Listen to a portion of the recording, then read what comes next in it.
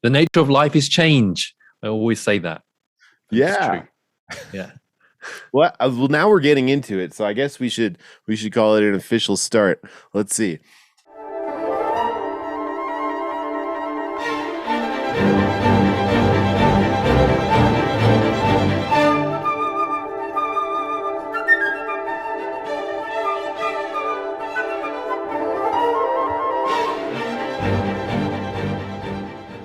Welcome, friends, to yet another episode of River of Suck podcast. I believe this is the 23rd episode.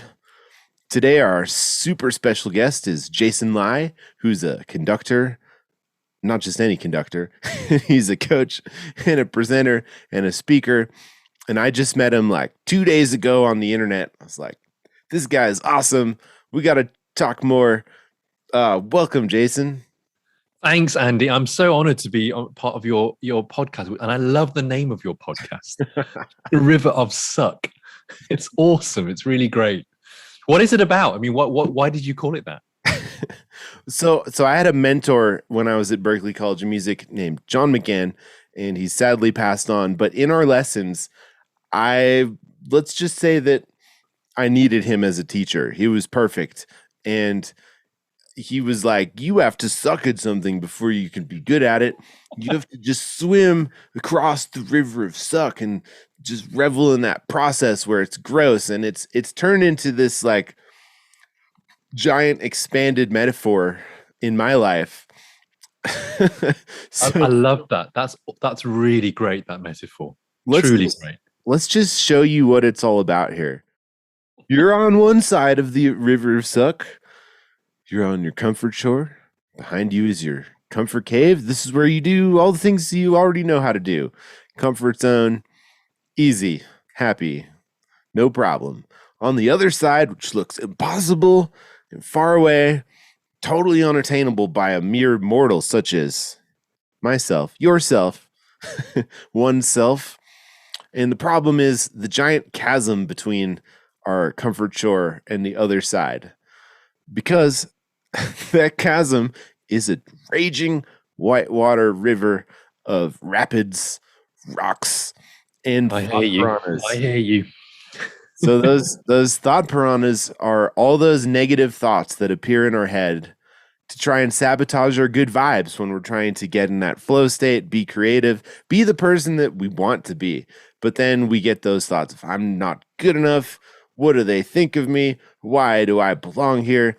And so on. So I'm really excited to hear your thought, piranhas. The theory, though, is that if you have a plan about how you could use small steps in your practicing or the way that you structure your life, maybe the impossible seeming goals, you can build a raft and or swim, being bitten by thought piranhas as you swim, and slowly but surely, in tiny, imperceptible to you increments, you might eventually reach the other side, that goal that you so wanted.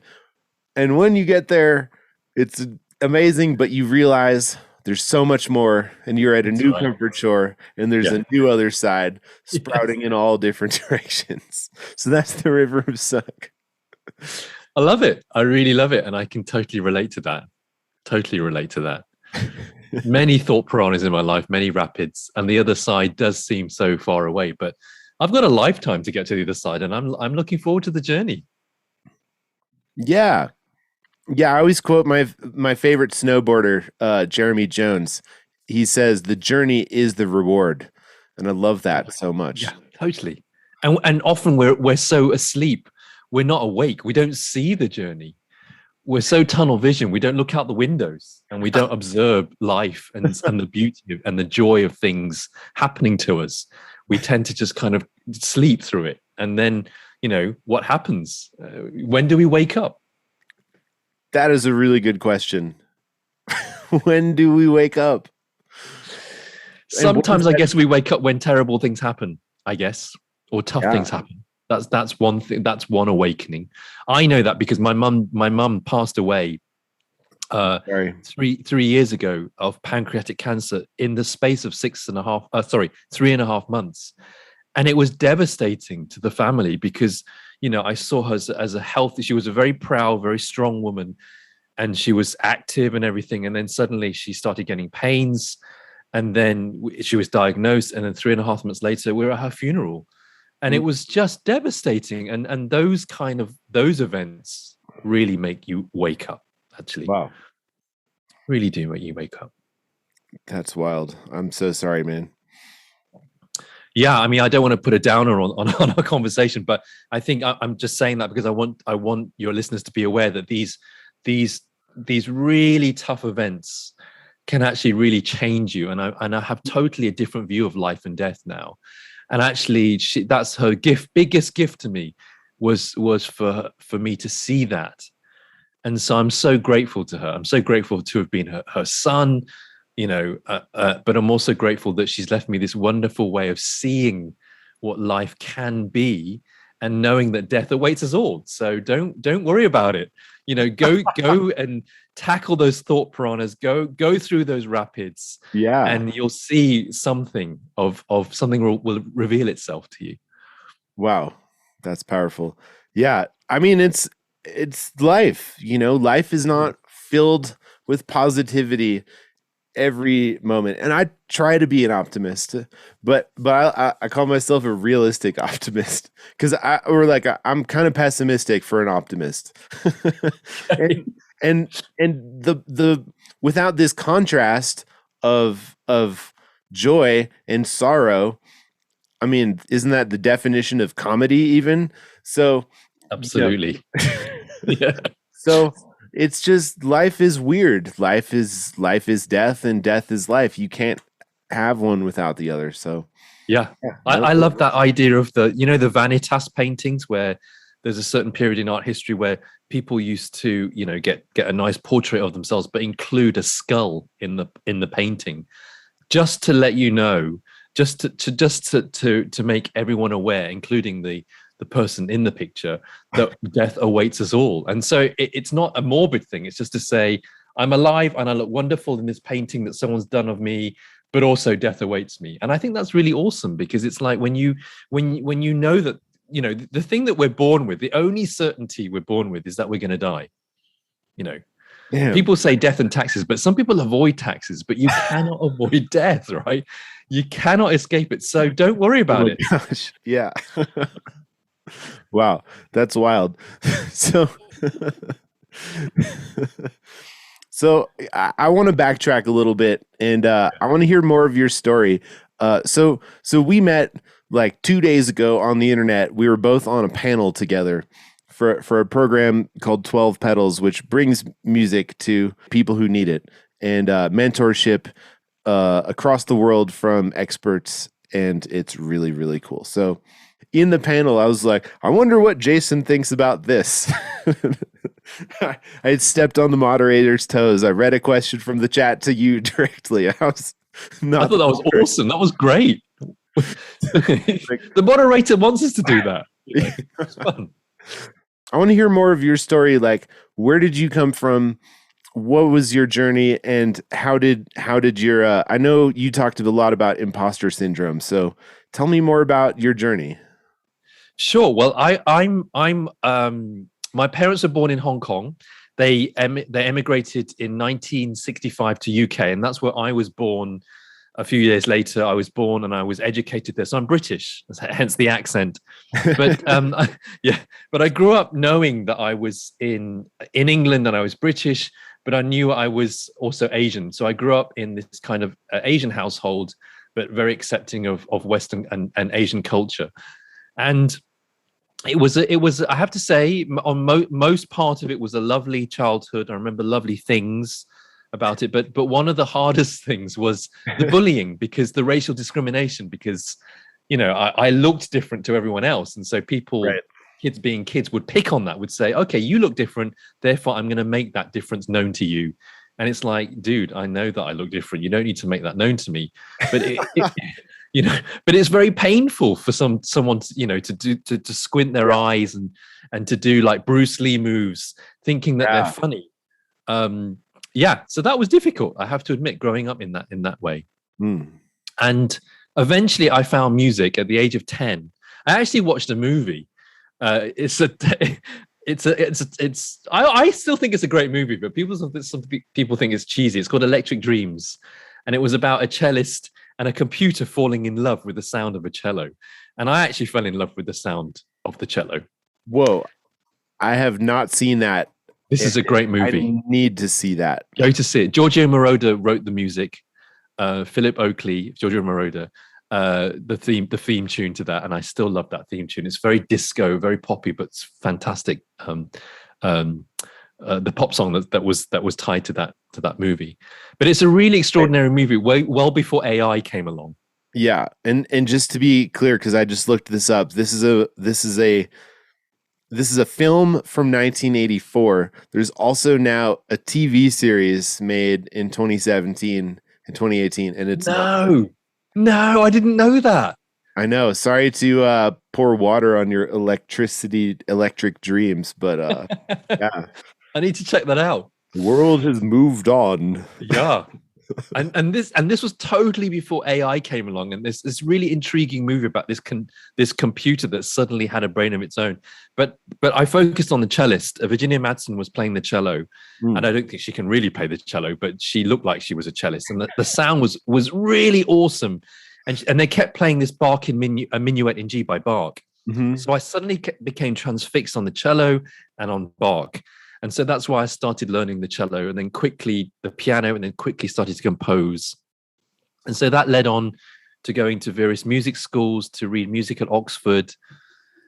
And then eventually I won this competition, this conducting competition, the BBC Young Conductors conducting competition. And that's what really launched my career. And wow. But I just feel that journey of being a musician is hard. And you know this, Andy. I mean, you know the imposter syndrome. You know how we talked a lot about this, right? Being on stage and a feeling that, do I deserve to be here? Are people kind of criticizing me or thinking I'm rubbish? Yeah, all the time.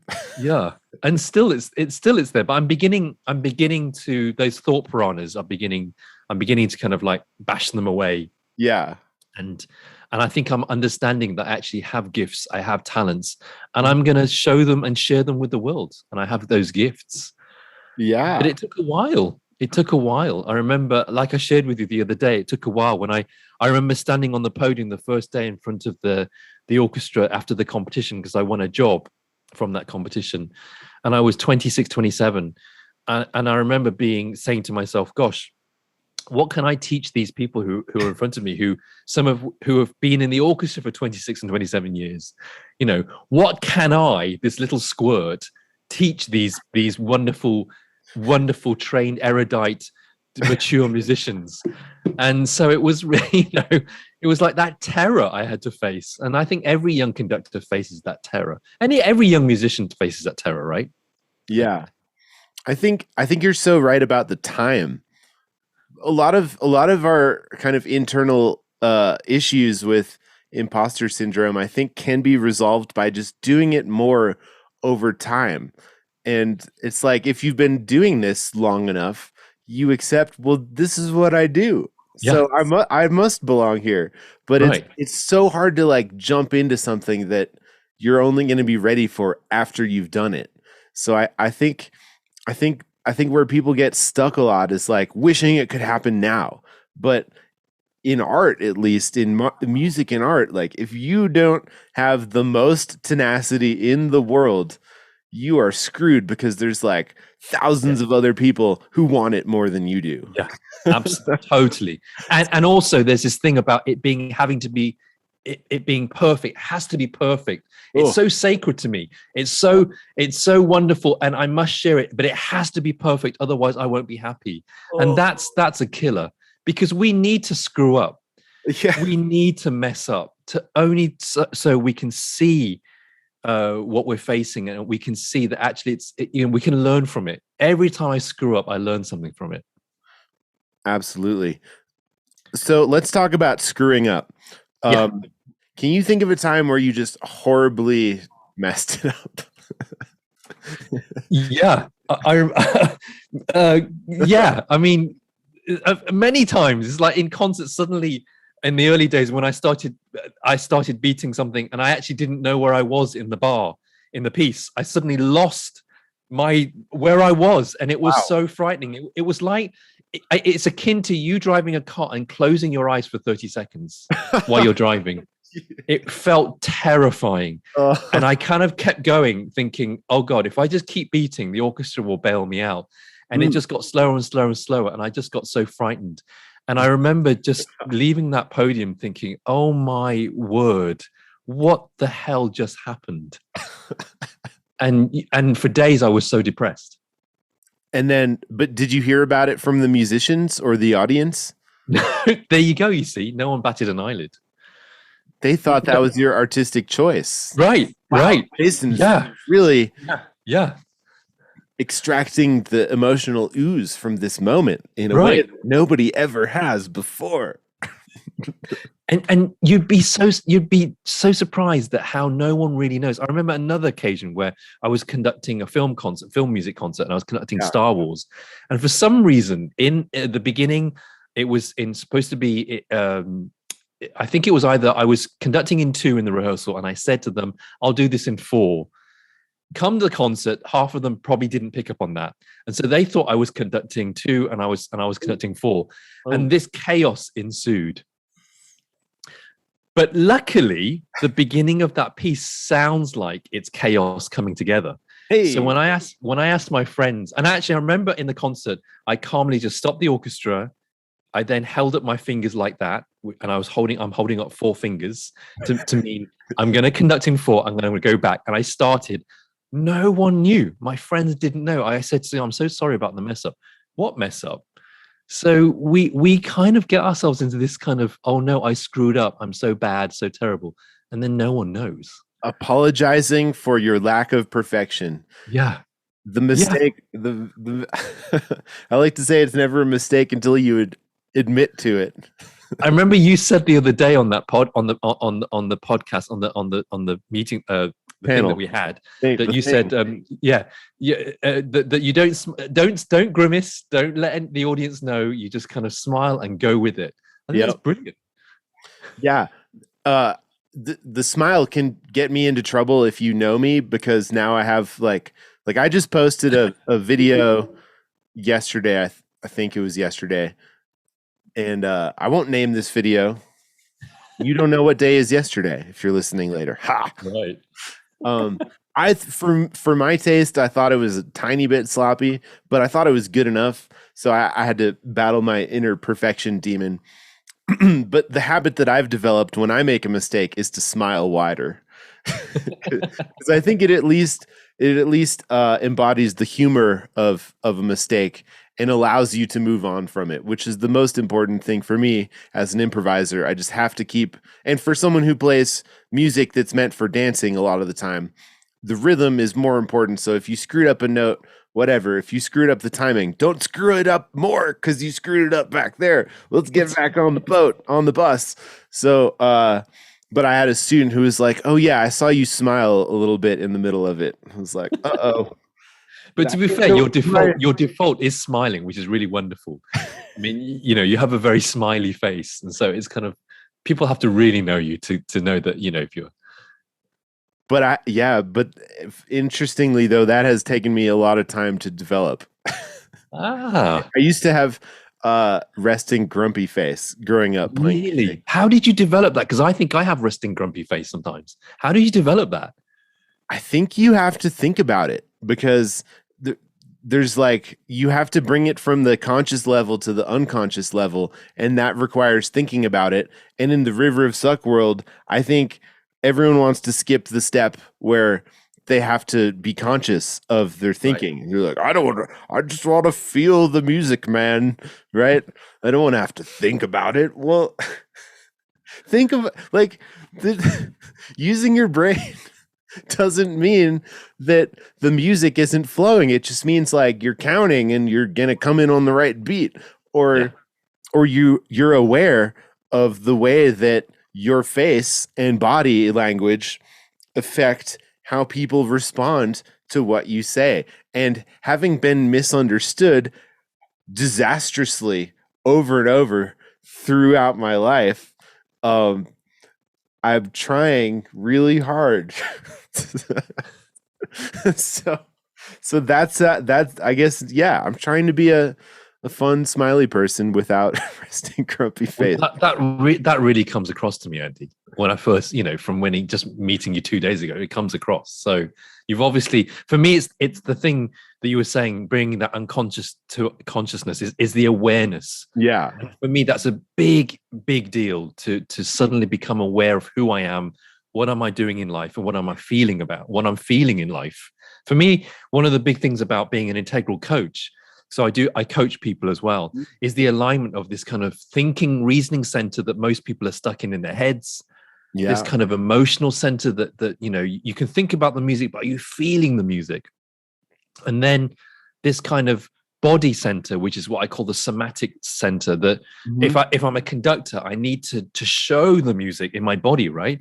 So I have to have an alignment of the head, the heart, and the body to actually show up as a conductor. And so I think I would just encourage everyone out there, whether you're a musician or not, to really be aware of those centers, what's happening in those centers. Yeah. Do you think there's a connection between conducting an orchestra from a podium and dancing? Totally. I'm a terrible dancer, but I've been told, my friends say, but you dance on the podium. And I go, oh. So it's interesting. I think you've got to feel rhythm in your soul, just as, I mean, as a musician yourself, and you do a lot of popular music, you have to go from jazz to swing to all kinds of things, right? And it's a feeling, it's just a manipulation of the rhythm and the stress, right? And the feeling of it in your body. Well, I'm just sort of realizing something right now, which is that, like, I consider the wind and ambient noise to be part of music. Okay. And that's, of course, made, popular by John Cage and his that's right. silent piano piece. But in a way, I wonder if dancers think about all movements as part of dance. I wonder. I wonder. I remember I used to, when I was at music school, we used to have some ballet students join us for music lessons as well. We used to see them walking across the yard, and they used to walk in a very odd way with their feet pointing outwards. And they had this beautiful poise. And I often wondered, how are they thinking about the way they walk, about the way they move, or is it just a very natural progression? Do they think about every movement they make? I wonder. Yeah, I think I'm going to expand my all sound is music to all existence is art. Yeah. Did you see recently this thing that came on the news that that I think it was it some Scandinavian or Sweden commissioned this guy to do a painting. Yes, I did see that. Right. And I don't know if our listeners saw it, so keep going. Yeah. So I think I forgot what they wanted to. I forgot what the commission was, but they were expecting. I remember what the commission was. What was the commission? A decade earlier, this artist had made a piece of art with a lot of money in the art to make a statement about money. Yes. So obviously the people that commissioned it were expecting a canvas with something on it. Yeah. He delivered a blank canvas, totally blank, not a single blank canvases. Right, 2 blank canvases. And when he was quizzed about where's the art, and he said, "This is the art. I've taken the money and I've run, and this is what I'm giving you." I just thought that was genius. And and the name of the piece is "Take the Money and Run." Right. Okay. So that's art. Everything is art. I guess everything is art these days. So let's go back to being a coach for a second and this body language thing. Yeah. And this is something I've struggled with. Like just perception. How important is it that we're aware of our body language when I guess both in our daily interactions, but also when we're public speaking or in front of people doing whatever it is that we do, whether that's art or music or anything? I'd go back a stage further and say it's more important. It's even more important to feel yourself, your body, let alone be on stage in front of other people and show your body language. A lot of us, most of us, are not even aware of what's happening in our bodies. The stress is the gut reaction. You have a feeling in your gut. That's your body telling you something. A lot of people I know burn out. The thing is, your body has been telling you for months that you're going to burn out, but we simply don't listen to our bodies, right? So I'd say the first stage is to even just sit there right as you're listening to this podcast and say, what am I feeling in my stomach? What am I feeling in my feet, in my legs and my arms? What's going on? Where can I feel the tension in my body? That just as a basic thing. So when I'm meditating, I do a body scan. Every time I meditate, I either end or begin the meditation with a body scan, just so I can really be in the moment and really be in tune with what's going on. And I agree with you that the next stage, once you know your own body, then start kind of like examining how it appears, how you're showing it to the world. Like people with so-called resting, BITCH face. Are they aware of that? Are they aware of that? And actually, maybe it's just your face, but smiling requires less muscle use than frowning. Frowning takes more muscles and more energy to do that, right? But smiling actually takes less.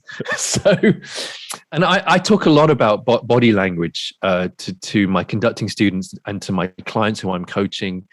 The openness of your body can actually invite conversation, can invite connection, can invite collaboration. And your closed body makes people just want to go away from you, or they're worried that they're,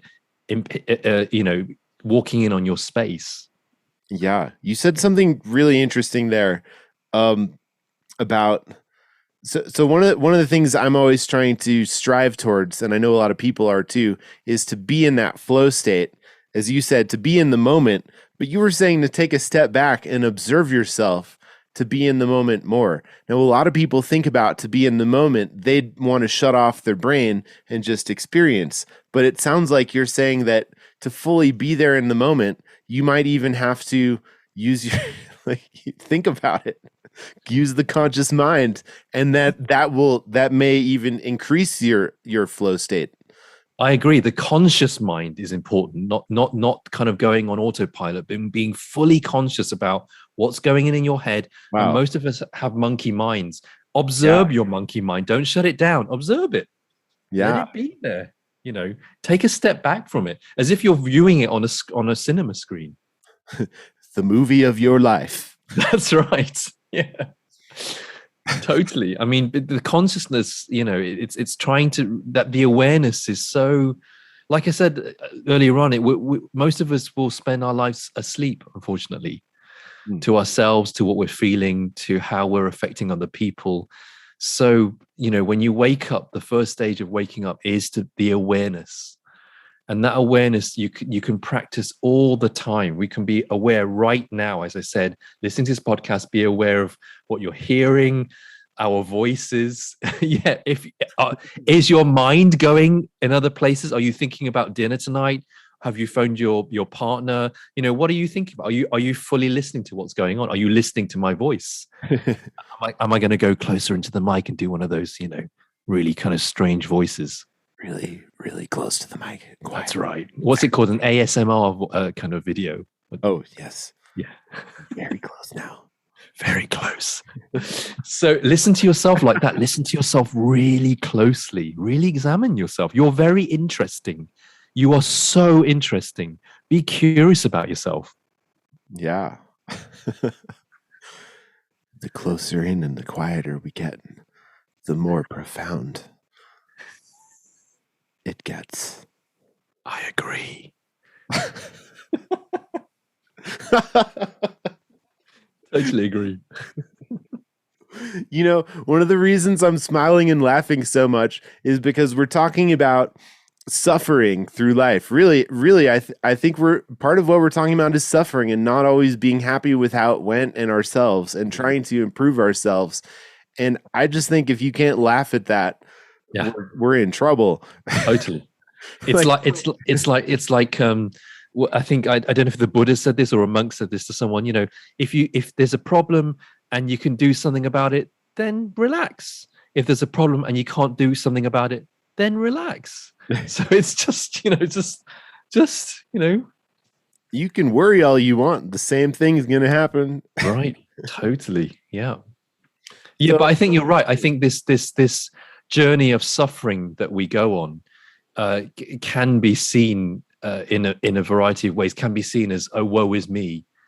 I'm going to step into my hole and not come out, and I'm going to be sorry for myself. Or I'm suffering, but I'm going to see what I can learn from it. Yeah. Right. It's up to us. It's up to you how you are, how you want to show up, how you want to swim in that river of suck. Right. That's right. And so in that river of suck, we have our thought piranhas. We have come to the dun dun dun thought piranhas. Oh my God. Jason Lai. They're chewing at me already. The thought piranha game. What thought piranha? And I heard you speaking previously on our panel about being a conductor and being suddenly thrown into a leadership role and not being totally prepared for that situation. So I'm wondering if you could speak about those thought piranhas then, when it seems to me like that was like an area of very deep conflict for you. Very deep, because it's like I lost my confidence. I thought, winning the competition, I'm great. Look at me. I'm so wonderful. And then suddenly you're there and it's like, oh my gosh, can I actually do this? And I remember sharing with you also on the panel that I had a problem with authority because, my dad, bless him, I love him to bits, but he was an angrier person in his former days and used to take it out on us. And also I was picked on largely by white males. And so I've always had this fear, firstly, of white males, and secondly, of authority figures. And so when I was having to stand up on the podium in front of this orchestra and be authoritative, suddenly those the piranhas were going, you're afraid of being in authority. What the hell are you doing standing here? You don't deserve to be here. Get off. Yeah. There you go. Yeah. All those piranhas biting up my ass. Yeah. I'm making piranha gestures. You are, yes. Get off the stage. You don't belong here. Right. Yeah. Ugh. You don't know what authority is. You have no idea. And you're so weak and so mild-mannered and so polite. You won't be able to stand up against these really tough, seasoned professional musicians. So what happened?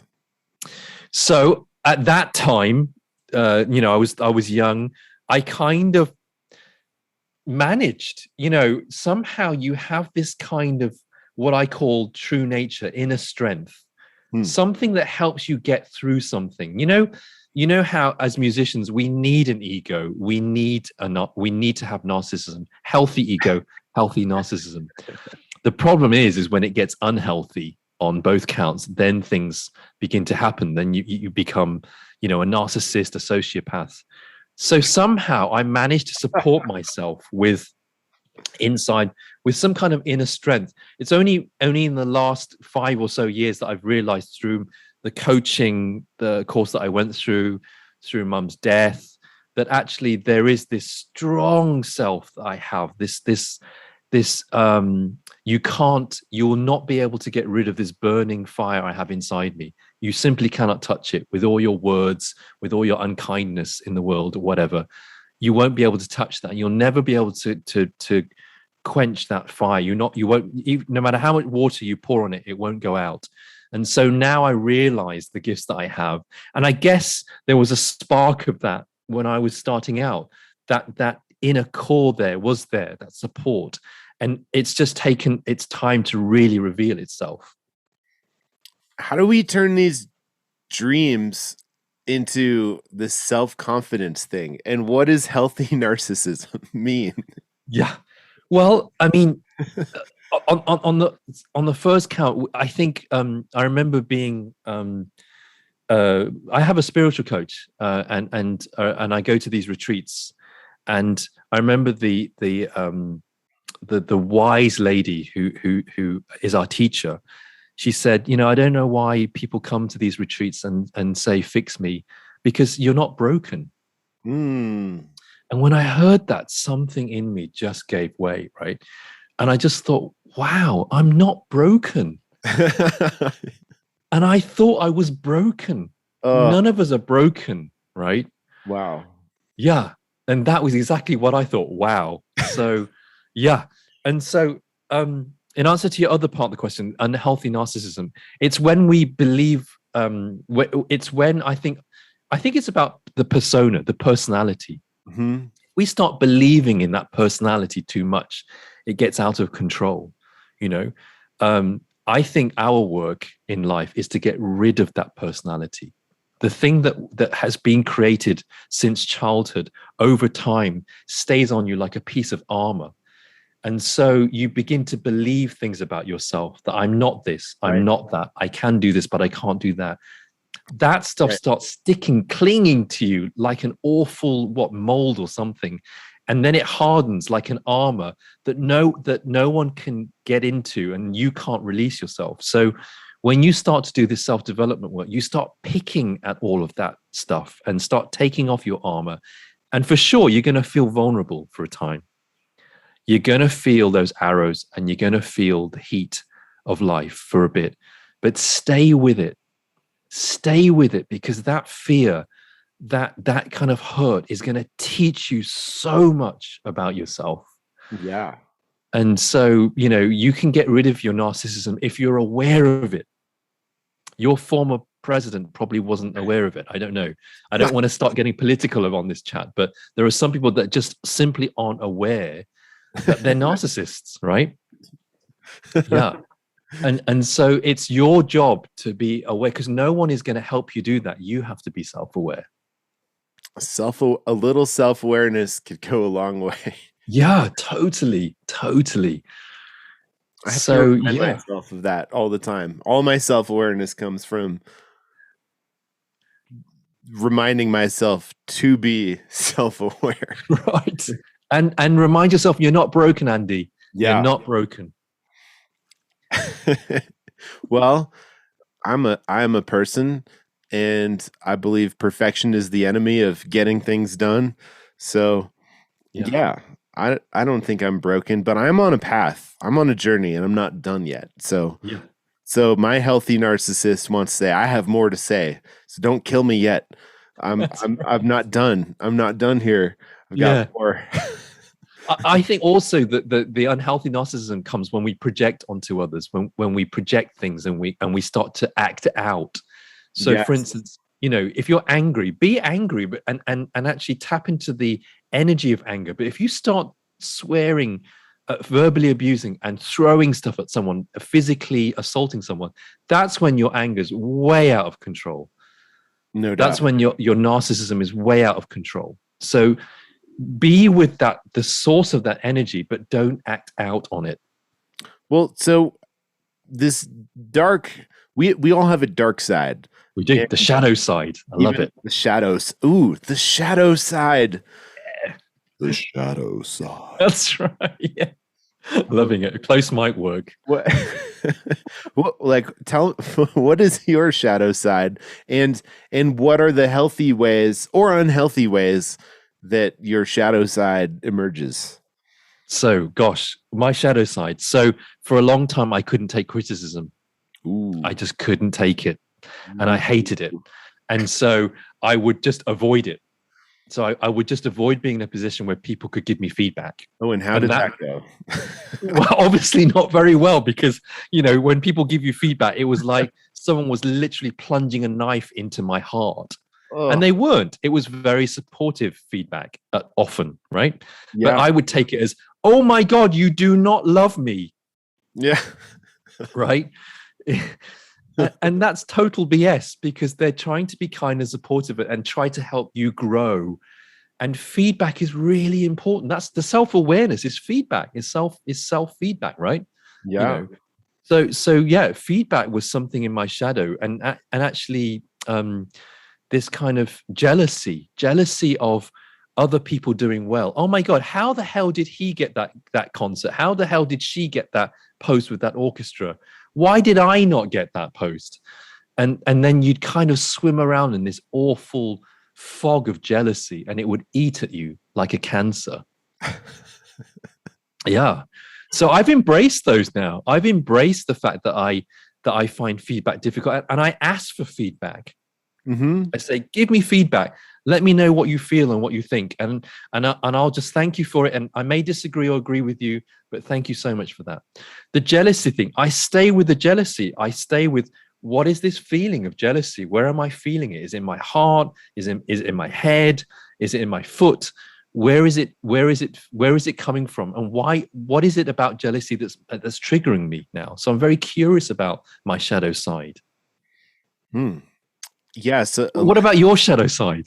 My shadow side, I like grim, dark things, and I've always loved horror movies. And what's your favorite horror movie? Oh gosh, I don't know if I have one. There's Evil Dead. It's got to be Evil Dead, no? Yeah. Evil Dead. Yeah. Sure, there you go. That's how did you know? Or Exorcist. I have no idea how you knew that. Yeah. That's so super wild. Bruce Campbell is one of my big heroes. Oh, he's great. If chins could kill. Oh my gosh. He's yeah. Okay, Evil Dead. So I guess for me the horror and the humor have always been linked, and I've been drawn to things that are gross, terrifying, and hilarious. And be the best way for me to get it out, of course, and some of our listeners know from my podcast with Josh Holder, owner of the Frightmare Compound Haunted House, that this and the fact that we're now in our second year of running our own haunted house, and I'm volunteering for fun for no money in my friend's haunted house, the Empty Grave. I get to put on a mask and I get to scare people, and I get to like lurk in the corner quietly and then jump out and then follow them. And that lets me get out these weird emotions in a way that I haven't found any other outlet for. There, because you can't do this stuff in public. Well, you can, but you'd be arrested. Right, exactly. You're basically harassing. As a scare actor, you're either being paid or volunteering. Nobody does this for money, because even if it's paid, it's minimum wage. I think there's just anyone who gets to the point where they're working inside a haunted house and they've got the mask on, they have found that their inner darkness should come out, and they're going to feel better if they allow it to flow. When you keep it inside, I think it can lead to a lot of problems, and I'm not even sure how to define those problems, because when you release something that's been trapped, it's the best feeling in the world. It literally doesn't get any better than releasing a trapped feeling. What is that? I was going to ask you, what is that? How does that impact you? What is that feeling when you have this mask and you're doing this scaring? What's going in what's in your body? What's in your mind? Well, in my body and mind, I am trying to get inside of a character first and foremost, because it's no longer me anymore.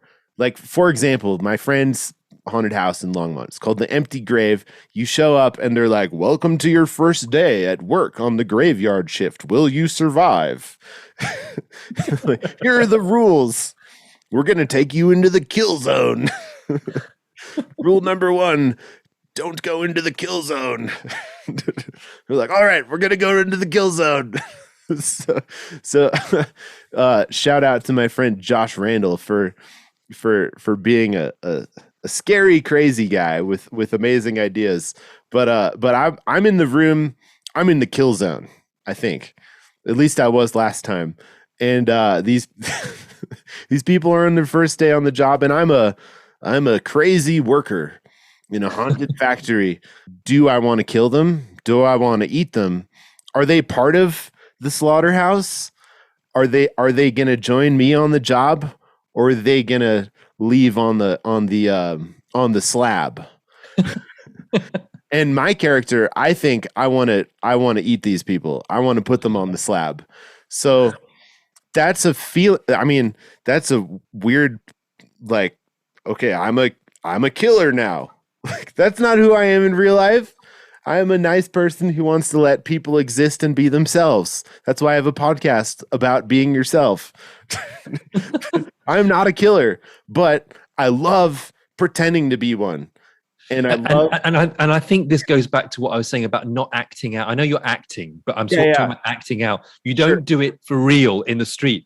You're doing it in a fantasy way, and you're able to release it. And I totally agree with you, because if you hold that in, it could come out in all sorts of dangerous ways. Yeah, it's pretend. That's the real thing. Is like we're creating an illusion of danger. That's actually okay. Here's the real thing. It's fear. It's fear for everybody. We're on different sides of the coin. These people walking through, they want to experience simulated death possibility.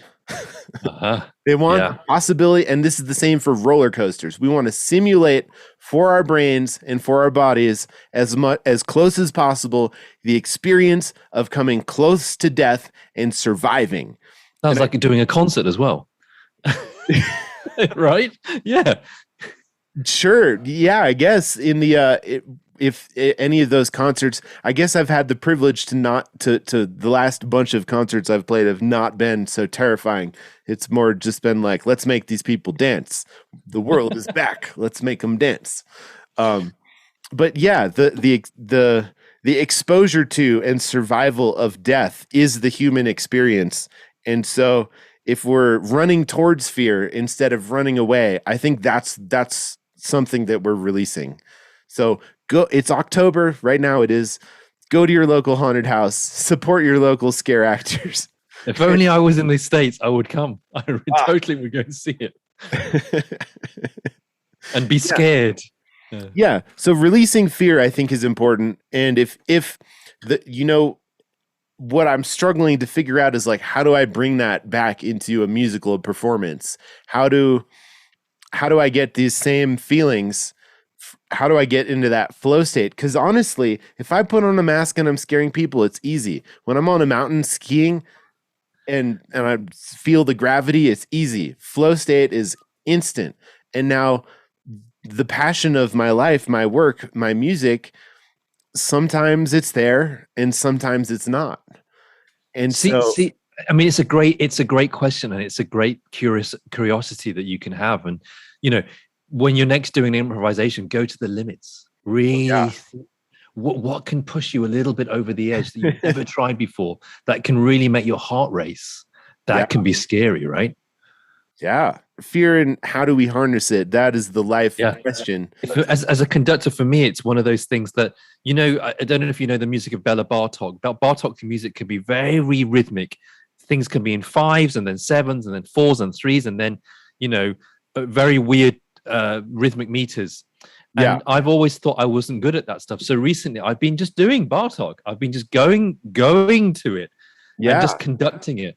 And you know what? I love it. I love the sense of being on the edge, pushing to my limits. And it's actually, I wouldn't say I get comfortable with it now, but I feel much more at ease with that kind of music, that rhythmical music. Mm-hmm. So it's I'm doing something that scares me, but it's really great that it's just it's creating expansion and development in me. That's the best feeling. Yeah. Odd times. Come on, America. Let's get out of 4/4. These odd time signatures are where it's at. Throw in a 7 and a 5. Mission Impossible is 5, right? Dung, dung, dung, dung, dung, dung, dung. Yeah, that's in 5. And you know it, and people can sing that, and it's a 5, and it's actually, it's not complicated.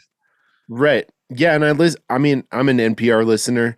There's a lot of their theme music that happens in odd time signatures. Something about TV productions, I don't know what it is.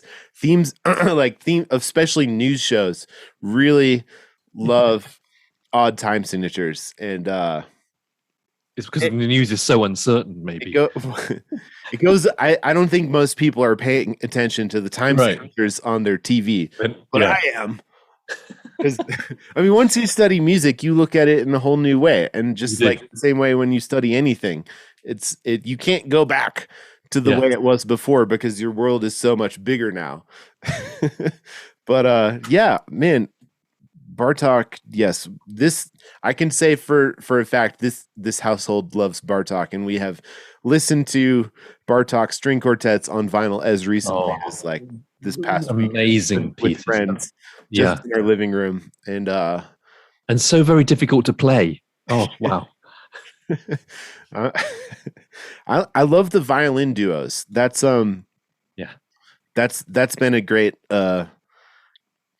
as someone who exists on the outskirts of classical music, more as a composer than an orchestral musician. The Bartok duets have been a nice way for me to get into it. What do you like about them? I like that the melodies are it's the music that I'm looking for. It's got folk melodies done weirdly, and that has actually been the course of my life. That's what I do. And so it's a inspiration to hear what he does with harmony and offsetting rhythms with something that starts out so simple. I think it's brilliant.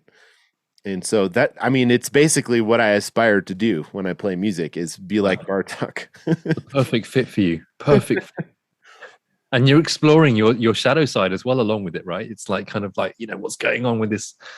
For me, it's definitely Bartok is definitely an exploration of my shadow side. This kind of fear of order and just regularity. Suddenly it becomes irregular. And what happens with that? What happens when you can't control it so much? Wow. Yeah, totally. I think I experience more imposter syndrome when I play classical music than most other genres, just because I know that I went to Berklee College of Music, so I could take all the gigs that the conservatory people couldn't, because I can read a chord chart and play with the songwriter, and it's fine. But like, who am I? Like, I didn't go to conservatory. When I was at Berklee, they were like, nothing conservatory about it on a big billboard.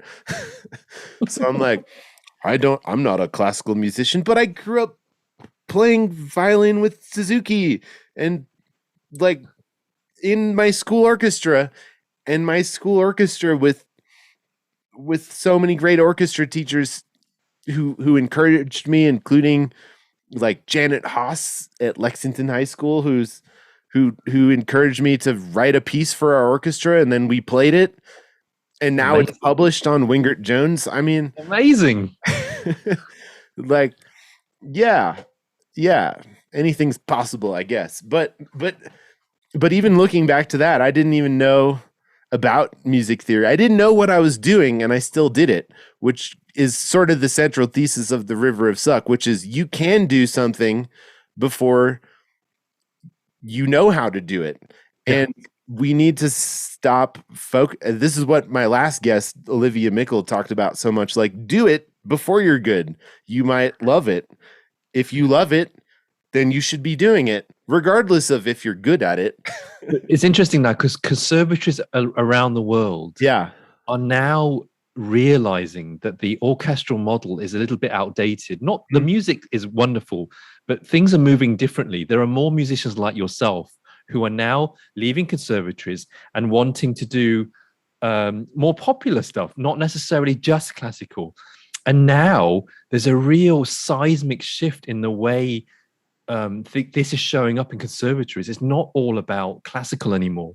I'd say that actually some of the American conservatories are a bit behind the times, but certainly some of the Asian and European conservatories are really moving in very refreshing directions. Yeah, exactly, supporting musicians like yourself who do want to do both. Right. Because when it comes down to it, music is music, and all these borders are artificial. There you go. Things. I think music is from the universe.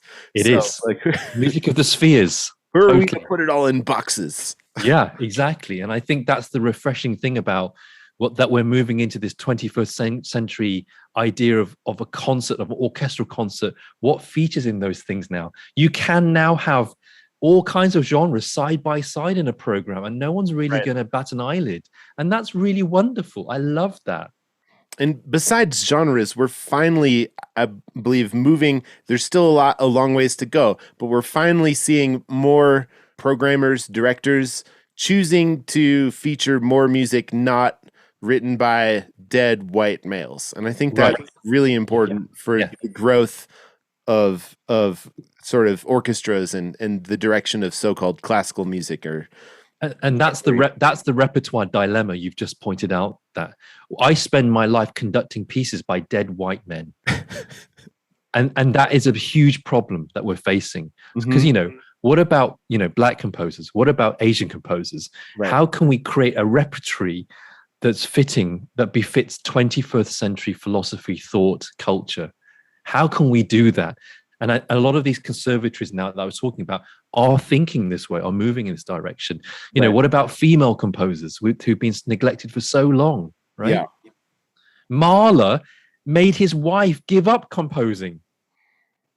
Can you believe it? I didn't know this. He told Alma Mahler, I won't marry you unless you give up composing. And she was a very gifted composer. That is, I'm going to bleep myself later. That is bleeped up. Yeah, it really is. So, and we find ourselves now in this dilemma. And so we need to start, I also need to rethink the way, because I love dead white men's music. I love conducting it. I have to be honest. I love Beethoven. Sure. I love Strauss. I love Mahler. But what about other stuff? How can I start to bring in other music? How can I start to bring in other genres, film music, pop music, jazz, in concerts, side by side? Are you in positions where you're selecting the music, or are you in more situations? Yeah. Okay, yeah. Quite often I am.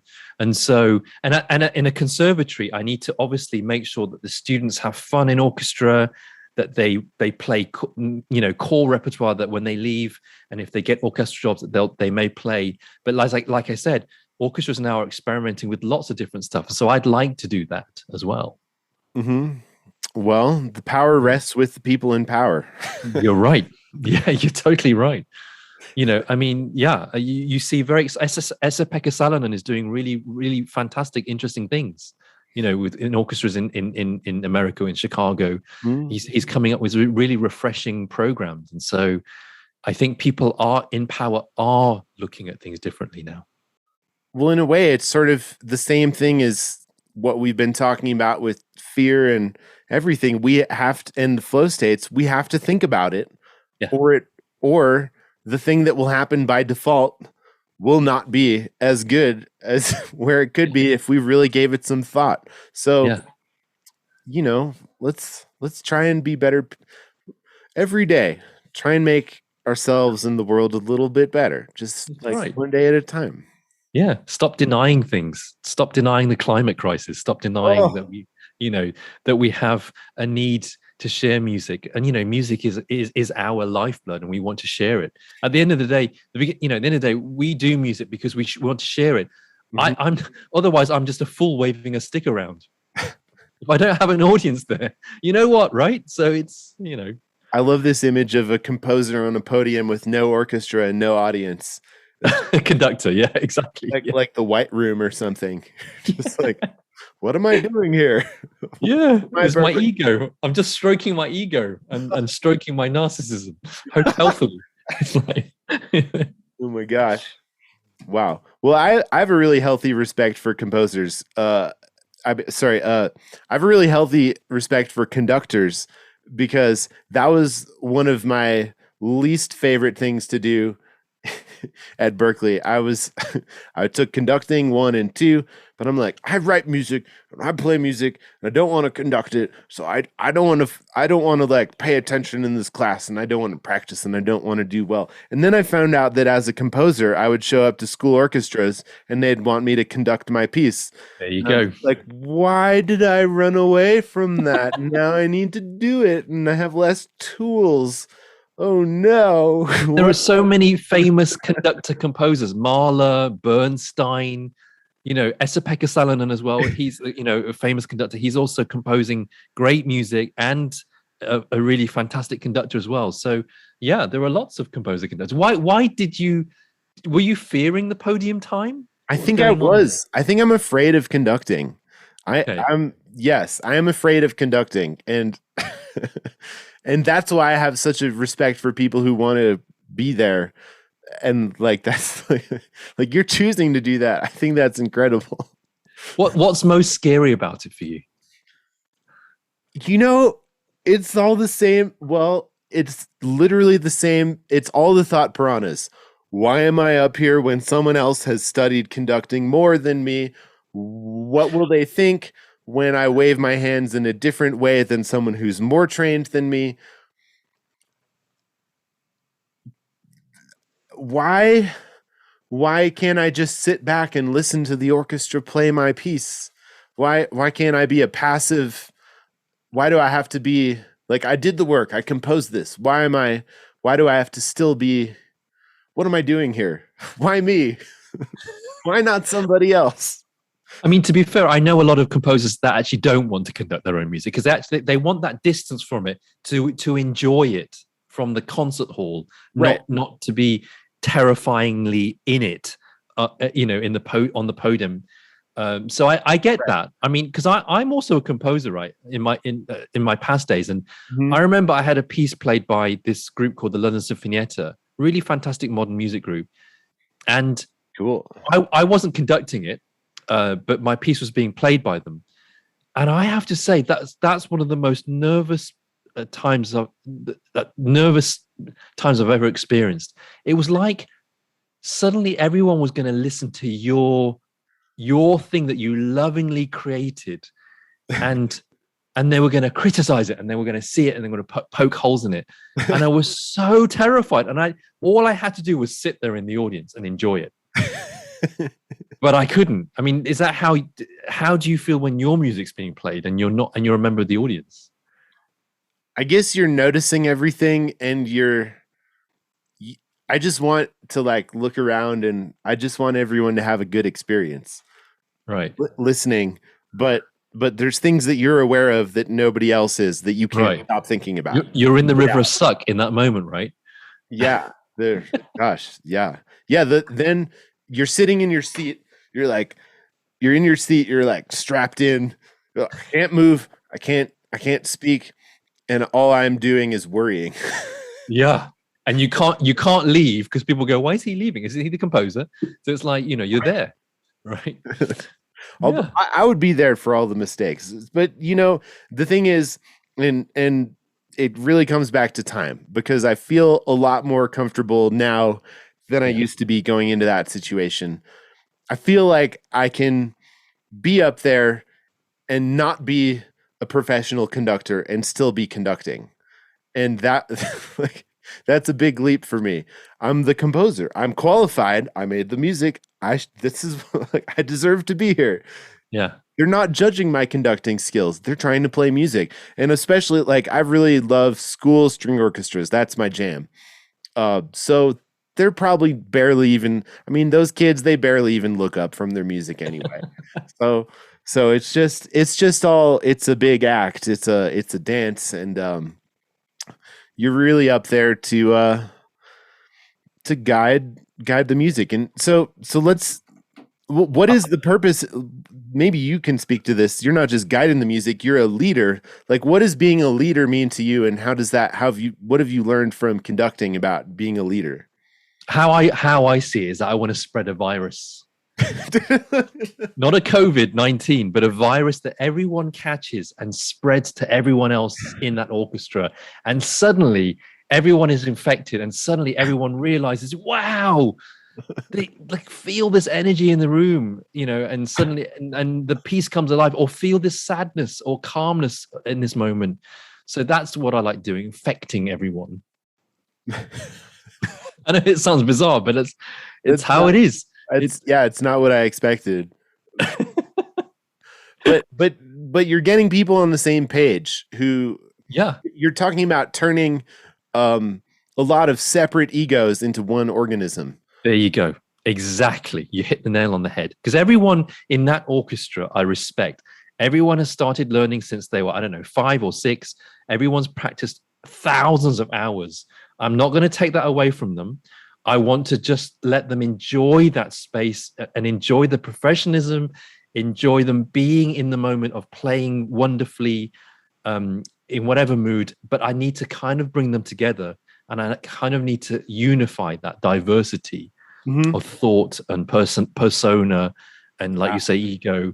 I need to unite that. And one way is being infectious, like I say, being infectious on the podium, maybe dancing with them so they really feel this energy. Gustavo Dudamel does this all the time, and people are infected by him all the time. The musicians love him because they just love this energy or the calmness that emanates from the podium.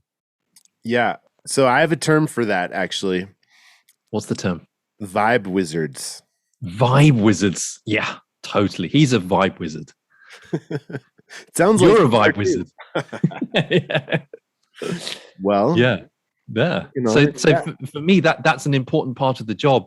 It was funny because I was actually doing a leadership talk today for a well-known multinational company about what it, leadership through the lens of a conductor and orchestra. And one of the things I say is that you have to. It's about being a better me and a better us together. But you have to know about yourself in order to be able to persuade all these wonderful people to listen to each other and to listen to you as well. That's right. And it takes skill. It doesn't take aggression. It sometimes takes firmness, but not aggression. It sometimes takes hard work and dedication and a lot of patience and a lot of compassion. There's a lot of suffering that will go on in a rehearsal. So be with that. Wow. Well, geez, you really summed it up there. That's amazing. We suffer for our art, don't we, Andy? Yeah. Any artist must love suffering to be a professional.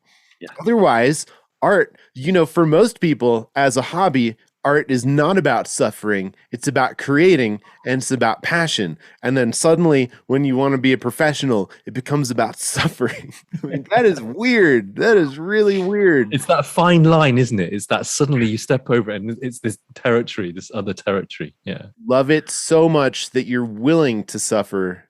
Yeah. Because you think it'll be worth it. Yeah. And some people get so irate because it's so important to them. So they want to say, but you can't, we need to play this like this, or it's really out of tune. We need to get it right. And so I really admire and respect that. I respect that passion and dedication. Sometimes it can get, too much, and maybe we need some time out from that. But on the whole, when you're dealing with serious musicians who want to perform well, that's just a wonderful space to be in. Wow. Super cool. Yeah.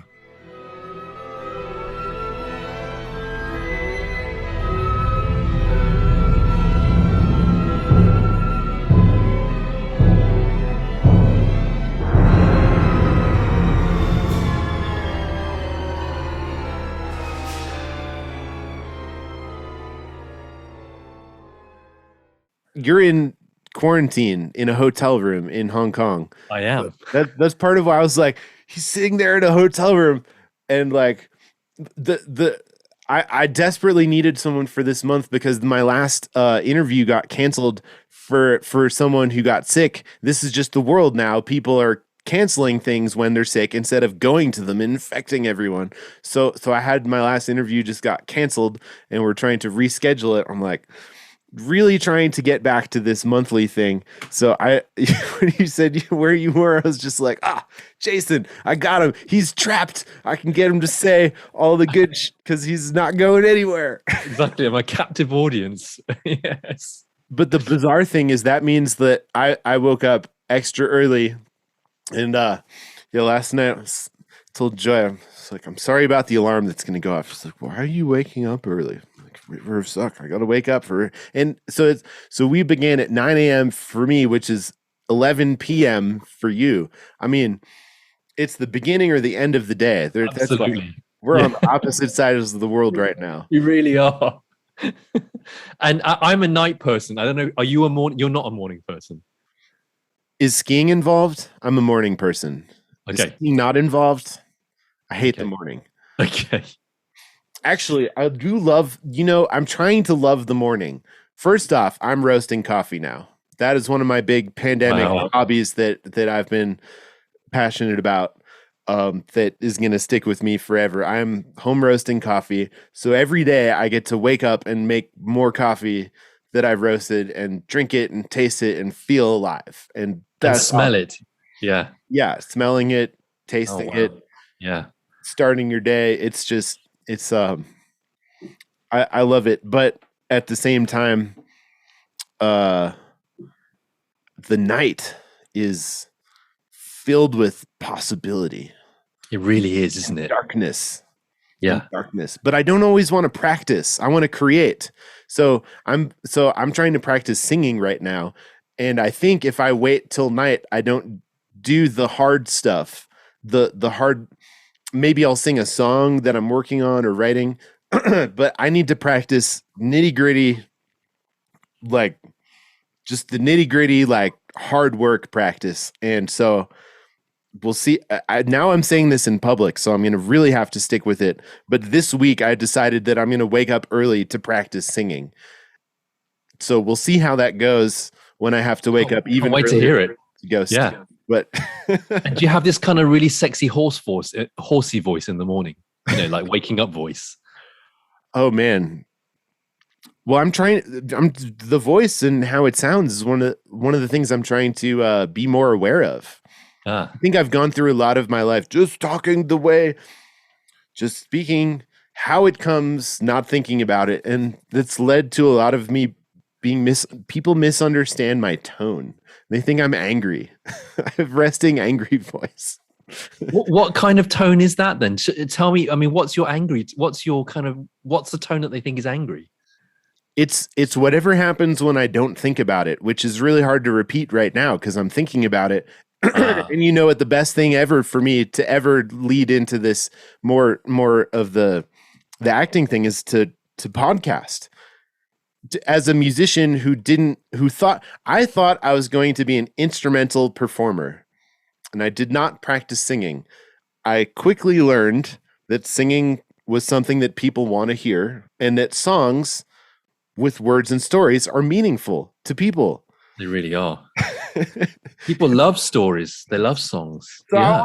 I want to be a part of that, but it is not coming without. I'm deep into River of Suck right now. Let's put it that way.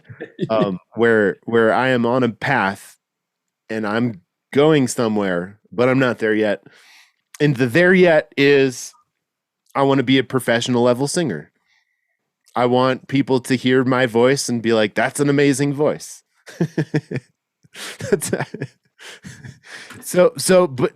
But I know where I want to be. And I know from some recent experiences that I'm not at the level that I could be with more practice and more time and more suffering and patience. You're not there yet. Yeah, exactly. I'm trying to listen to my own advice, which is the hardest thing. And you know this as a coach. You can tell somebody to go do something, and it might be something that will work if they do it. But like, do you do all those things? Are coaches perfect people? Yeah. It's like leading the horse to the water. You can lead the horse to water, but you can't make it drink, right? So it's totally like that. And it's funny because whenever I have clients, coaching clients, I always say to them that, I'll be giving you exercises and practices that I would like you to seriously attempt to do. Because simply, if it's like me, if I sit in front of a piano and expect a Beethoven sonata to come to me through osmosis, it's never going to happen. I literally have to move my fingers and practice every day. And what I think is wonderful about musicians is that we're used to practicing. But a lot of people in the world aren't used to practicing. They find it very strange to practice something every day. Right. Whereas we're very used to it. So I think musicians have a head start on that. Do you have a good practice routine? I think I do. Well, I'm practicing a lot of self-awareness all the time, every day. So I'm meditating. I'm trying to meditate every day. If I don't meditate silently, I do walking meditation, or the awareness meditation is so important to me. What I love about my work is that it's so varied. So one day I'll have a rehearsal, maybe a concert. Another day I'll have a coaching. Another day I'll do an online presentation. Another day I'll do a workshop. Another day I'll be filming something for TV. I love that variety in my life, and I'm so blessed and so grateful that I have that variety. And so it's almost hard to know what a normal day looks like, but there are certain things that I know that I can come back to myself, back to my breathing. I practice my breathing a lot. My breathing, I do a lot of inhaling and longer exhaling, because it really calms down the nervous systems in your body. So, and I get quite a lot of energy and nervousness. Even for doing this podcast, I was kind of like nervous at the beginning, even for concerts, I get nervous. I think that it's a healthy energy, but sometimes your nervous system, I don't want it to get it overwhelmed. So this breathing practice is really important. So I practice that a lot. Yeah. Well, and in some ways, if you're making your daily life part of your practice, then you're always growing. Yeah. And it's not like you don't have to sit. This is the growth mindset or you said the other day, like the beginner's mind. That's exactly right. Yeah. So we're always learning. And if you can't make time for practice because you're busy, then our life is practice for the rest of our life. I remember once a meditation teacher said to me, I said, "Oh yeah, I don't have time for meditation today. I'm so busy." That's the time you need to meditate, Jason. And it suddenly dawned on me, he was absolutely right. When you are the most busiest, when you are the most frenetic, and you can't breathe, that's the time to take the time out, right? Yes. That's when you need it the most. Support yourself. Be kind to yourself. Yeah. Because we spend so much time being unkind to ourselves. My sense is, through the clients that I coach, I spend a lot of time listening, of course, very deeply. And it breaks my heart sometimes at some of the things that I hear, because it feels like they're not being kind to themselves. They've learned to be unkind. They've learned to switch off that compassion, that self-compassion. And so that really won't help you in your daily practice. The thought piranhas will be devouring you mercilessly. And so to have that time to yourself, to have that quietness, to get that coffee and walk down the street without without headphones in your ears, just being at peace with yourself and the world. Just try it out for 5 minutes. Don't look at your phone for a bit. Everyone has 5 minutes. Everyone has 5 minutes that they're looking at their phone that they could not be looking at their phone. Yeah. Wow. And something I'm trying to put into practice now, that every time I have a desire or a sudden urge to do something, like pick my phone up, I hold off. I say to myself, nope, not right now. So I delay that gratification. And so that dopamine, that's always, and Andy's looking at his phone right now. Exactly. Yeah, exactly. So that dopamine level that you get from being on your phone all the time, you need to kind of let that die down a little bit and reset. So if you have the urge to keep looking at your phone, and by the way, apparently studies have shown that we look at our phones on average 81 times a day. 81 times a day. And that's the average. So a lot of people, it's a lot more. Yeah, I can't quite believe that. But I mean, if they're doing studies on it, I guess, I believe it. I was in a restaurant the other day, and I saw a family sitting at a booth with 2 kids who are both 100% engrossed in like tablets. And it's just like, this is weird. This is family dinner time now. Or it was heartbreaking. It's heartbreaking, isn't it? Like, that's not. Yeah. There's no sense of being present with the people around you. Yeah. So, and being present with yourself. And I know, I know a lot of families are struggling with that because not everyone is on the same page of like phone use. Yeah. The people there's like a struggle, right, between the people who want to use the phones less and the people who want to use the phones more. And so I think mealtime is a good place to start with not having phones. And then Yeah. the story leads to the picture, or the question about looking it up leads to Google, and then everyone's whipping out their phones, and it's 2021 and here we are. So, But I agree with you. Having that sense of family, well, firstly, eating around the table, which is what people don't do apparently now. They're in different rooms. They go to their bedroom, or they sit in front of the TV. We've lost that communal sense of being together, that kind of spiritual, soulful time where we can be at one with each other and share, not in a religious way per se, but just share our food together, right? Is that global? I mean, you're in China right now. Yeah. Is it the same? Are the same things happening in China? Well, Western culture is creeping into Asian culture, day by day. Now we didn't used to have much dairy stuff here in Hong Kong, in China. Now you see shelves and shelves of dairy, and you see shelves and shelves of yogurts and stuff. And apparently that's affecting the health of Asian population because, it's interesting, isn't it? And so, but we Asians do tend to enjoy communal meals together still, but there is that sense that people do eat away, and it's becoming de rigueur that, that's what happens. So I would hate to lose that, because I used to love that when mum, dad, and my brother and sister, we used to eat around the table, and we didn't have, sometimes there wasn't much to say, but it was just that sense of having your family or a family around you. It could be your friends eating together. I love that soulful sense. I think we've lost touch with the soul of life. We're now in the reasoning or the data of life. It's all up here. And technology, as we were discussing the other day, is a wonderful thing. It really has helped us, enriched our lives, but it can also take over our lives as well. So one has to be aware and be careful, right? Yeah. Very cool. Well, I don't want to go all night or all day. All night for me, all day for you. That's right. But, yeah. I do have one more question that I was really burning deep that I have to ask you.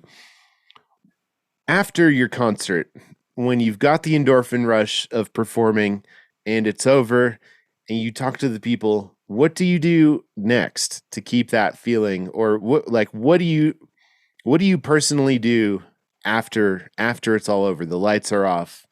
Right. What happens next? Well, so you go back to your changing room, you get dressed and everything, and people kind of say hi to you and stuff. And then usually you go out to eat, because usually I'm starving after a concert. I'm sort of ravenous because I haven't, I don't want to conduct on a full stomach, because you get tired and stuff and it can weigh you down. And then curiously enough, what used to happen is I used to get really depressed. Because after the rush of endorphins, after that rush of adrenaline has gone down, it really made me spiral downwards. Wow. And now it doesn't happen so much because I'm aware of it, and I sit with that kind of sense of calming myself down gently. So I actually like to, after I've had dinner with friends, I actually like to go home and just sit in silence for a bit.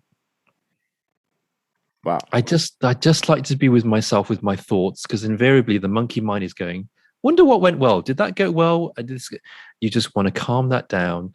I don't actually meditate per se, but I get into a meditative state, and I just want some peace and quiet before I, shower and go to sleep. And invariably, I find it hard to get to sleep as well. But lately, after the concerts, I can settle myself down better, and I get a good night's rest. Wow, cool. I'm really glad I asked that question. What do you do? What do I do? Well, one of the things that I've noticed is that music can happen at all times of the day, and for different reasons. So as the skiing fiddler in Colorado, I'm looking for the weird gigs sometimes. But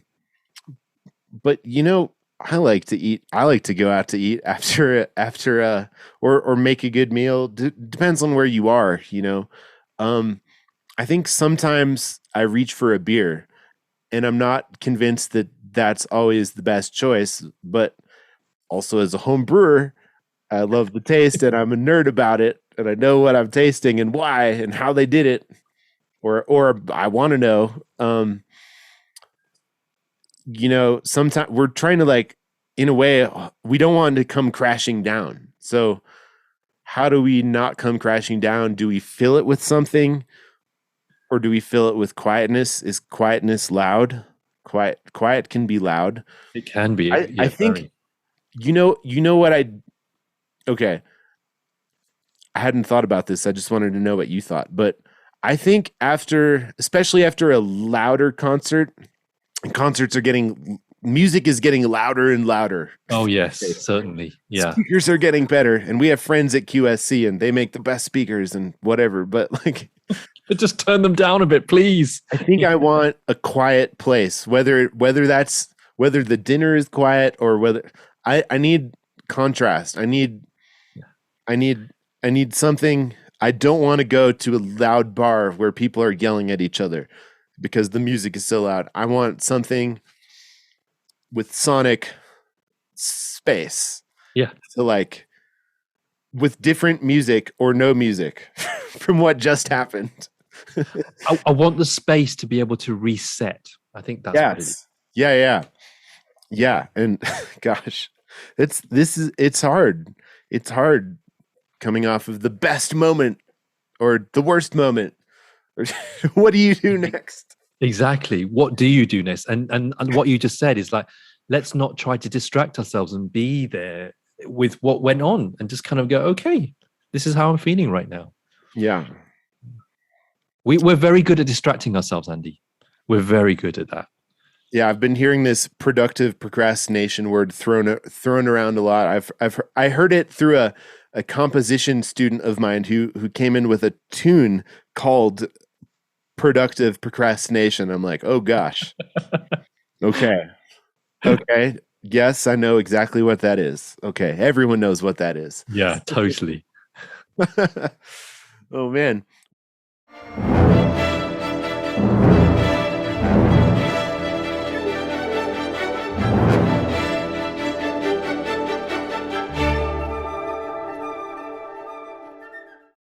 I really appreciate your time and being so open with your life and your experiences. So I just want to thank you for being here. It's my pleasure. And Andy, I just love your sense of curiosity. I love that about you. I now know that you're a brewer, you're a barista, you love skiing, you do haunted house. I think that's just, you're just really enjoying life. And I think that's what it's about. I mean, I don't know, maybe we got 30, 40 years left. Let's enjoy it. Yeah. Let's see what we can do with it. So if people want to find you on the internet or in real life, where do they go? They can go to my website, jason-lai.net, right? And they can go to my Instagram, JCWLai, Lai. I'm on Facebook as well.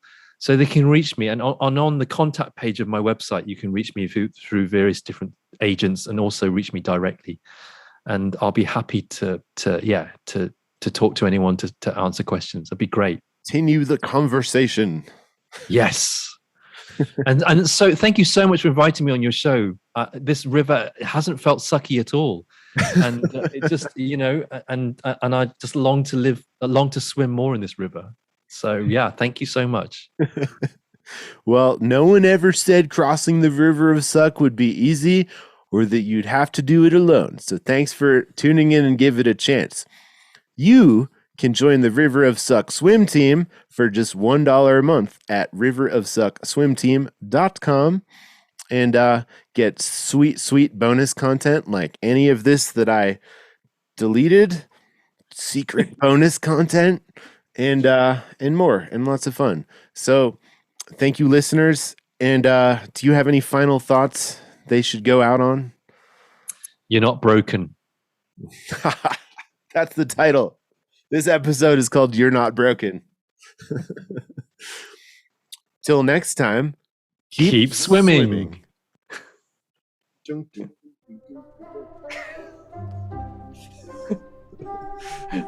We learn. Whichever freestyle, whichever stroke you want to do, keep swimming. Lessons. That's right. Put on your armbands, have those paddle floats, but keep swimming. maybe leave the banana hammocks at home, but keep swimming. Keep swimming.